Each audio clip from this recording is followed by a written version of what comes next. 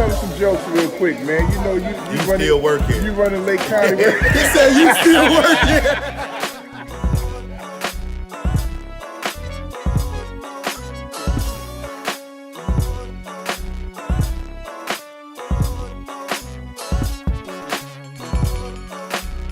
Man, you know it's always a troop of players meet, man. Why would you give somebody like me and people like me who are formerly incarcerated an opportunity? I feel like everybody deserves a second chance. I mean, I have family members that has been incarcerated, and I feel like I would want somebody to give them the same opportunity that I've given other people. And when I hired you guys, or you guys came to me about a job, I didn't know that you was formerly incarcerated. I found out probably the next day, you know, I did this and I did this, but I hired you to cut hair, and I'm not gonna hold you accountable for something that you did in your past, because my past hasn't always been the best.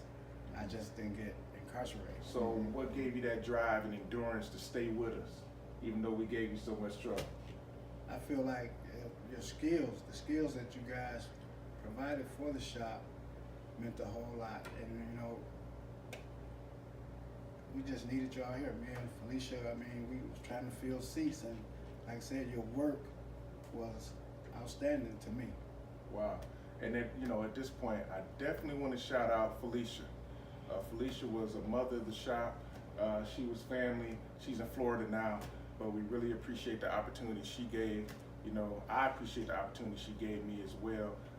I want to shout out people like Craig Taylor, who gave me an opportunity at Chosen Royalty Barbershop in Zion. I really want to talk about the fact that there are some people who gave us opportunities other than Booney, Craig Taylor, Felicia, Leroy.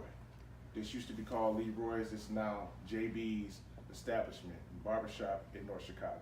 And so Leroy gave us an opportunity. I remember we were in a small little shop over here, and I used to get my hair cut as a little boy. My dad would bring me over to his little shop, and then things happened, and Leroy ended up here. And so Leroy kind of helped you out a little bit. You know, you want to talk about that, how Leroy helped you in the shop? But like I said at the beginning, he gave me the opportunity to work here. And he always said, you know, when I get ready to leave, I'm gonna turn it over to you.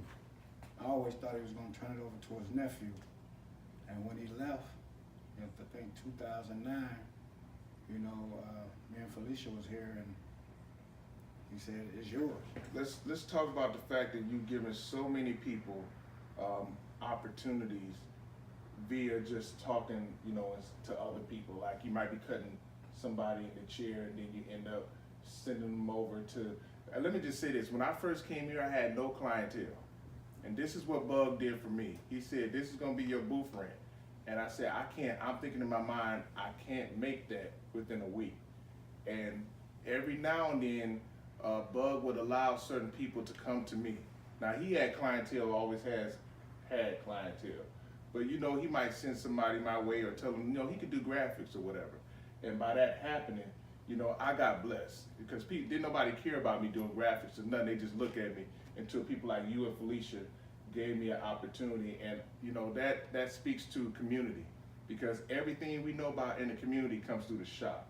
And us giving people opportunities, one to another, they see that, the youth see that, and then they carry that on, say, okay, Bug did that for George, maybe I'm supposed to do that for somebody else. And so what caused you to say, even though you didn't have to do it, what caused you to help me out and say, okay, go over there, he does graphics, so go over there. What gave you that mindset? Because you could have kept it all to yourself, that's your money. But I think to promote it, I mean, I couldn't do as good as you with the graphics, to keep the people coming back. You know, if I send them over there to you and you do better graphics than I do, then they go out in the public, and like, who did your hair? They Big George over at Leroy's at the time, you know, did these graphics. So now they coming back, and actually I lost a few to you because of the graphics. I've heard a lot of people say there are no jobs, we don't help each other, but then you have people like yourself who provide opportunities and want to help the community and help our people, and then there's some things that happen or come with that. Can you talk about some of the pros and cons, some of the, let's just be real, some bad things happen sometimes. We try to be a good person to help people. Well, I think in the barber business, I think when you give the opportunity to people to come into your place of business to cut hair, they kind of take advantage of it. You know, they don't come and stay. Like we open up at 6:30 in the morning to 7. You know, we have 8 people here working. At any given time you come in here, it might just be 3 because they're in and out. Everybody got something to do. But in corporate America, you have a 30-minute lunch and 2 15-minute breaks in an 8-hour day. Mm-hmm. But in barbering, in this shop, we're open actually from 6:30 to 7, so that's about 12 and a half hours.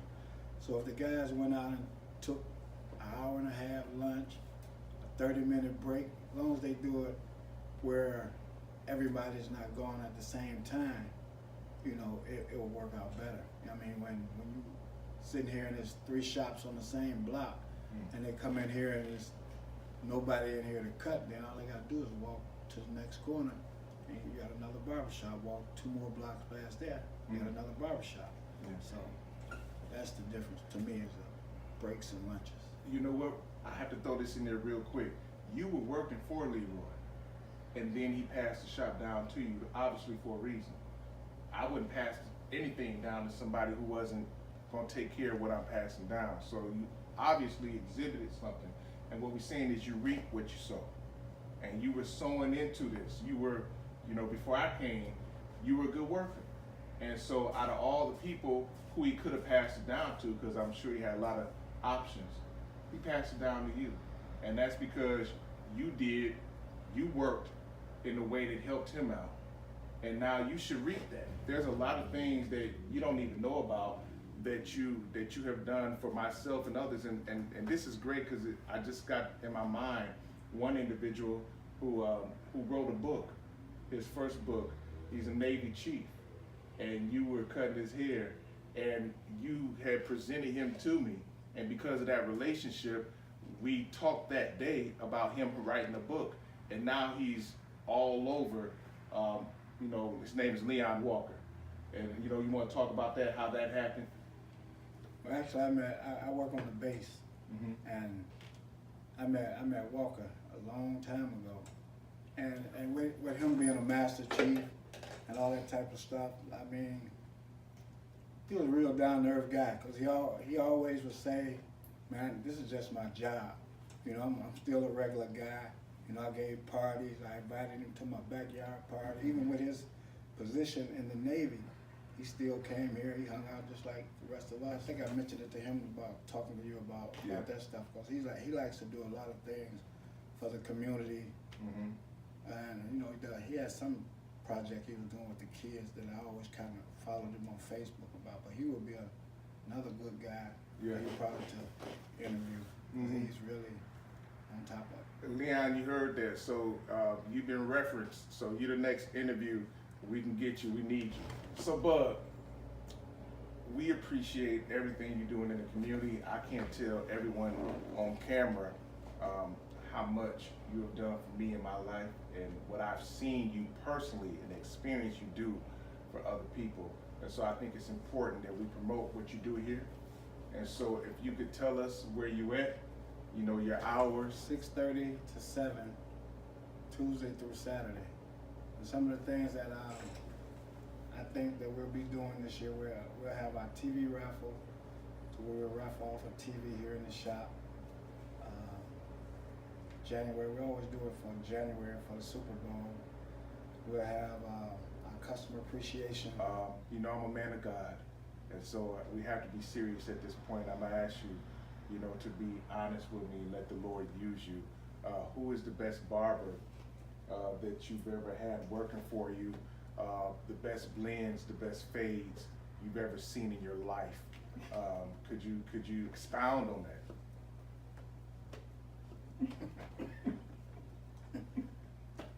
I haven't seen it yet. So we're gonna end out right there. He wanted to say me, but I'm being humble. The Lord is humbling us right now. But you know, this is you know, Bug has been family to me for a long time. Bug is mean. He's a Grinch, but at the same time, underneath all that, he has love and he's displayed that. And so, at least for me, personally, I can say that. So, from the bottom of my heart, I really thank you for all that you've done for me. Appreciate you. And come to JB's Barbershop. They get it in. Here in North Chicago. We love y'all. Reentry Uncut. Man, what's happening? Talk to us, man. We're trying to promote the shop. Talk to the people. Talk to the A1. Okay. JB, my homeboy. JB the homeboy. Yeah, he the homeboy. Johnny, how you feeling, man? You doing a fresh fade, some cuts? They got Dino, they got Fred, they got Jaja, they got A1 Sauce, they got Junebug, they got Stevie Wade. Yeah, ain't nobody perfect. We can't get caught up in that. We made mistakes, but look, here you are today. Okay, well, first I'd like to correct that you said I came from nowhere and went to somewhere. I'd like to say I came from somewhere, went nowhere, and I'm back here. That's good. All right, yeah, I am the bounce back man. They call me the bounce back man. And it all ain't got nothing to do with me. It's by the grace of God, because I can do nothing without him. I'm gone. By the grace.